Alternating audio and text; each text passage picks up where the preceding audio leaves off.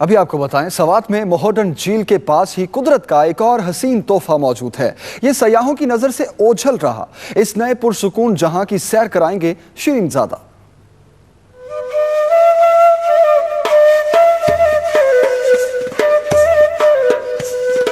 ये है असमतुल्लाह झील, जो मोहडन झील से सिर्फ 5 किलोमीटर के फासले पर सतह समंदर से 11,000 फीट की बुलंदी पर वाक़या है। असमतुल्लाह झील 1 किलोमीटर रकबे पर फैली हुई है। बुलंद बाला पहाड़ों के दामन में गिरी इस झील को देखने के लिए बड़ी तादाद में सयाह आने लगे।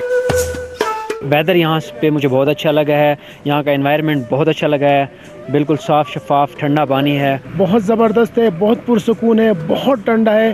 असमतुल्लाह झील जाते हुए रास्ते में खूबसूरत नज़ारे, आबशारे, दरियाई स्वाद के मस्त लहरें और सरसब्ज मैदान दिल मोल लेते हैं। ज्यादातर सयाह पैदल सफर करके सुहानी मौसम से लुत्फानंदोज होते हैं।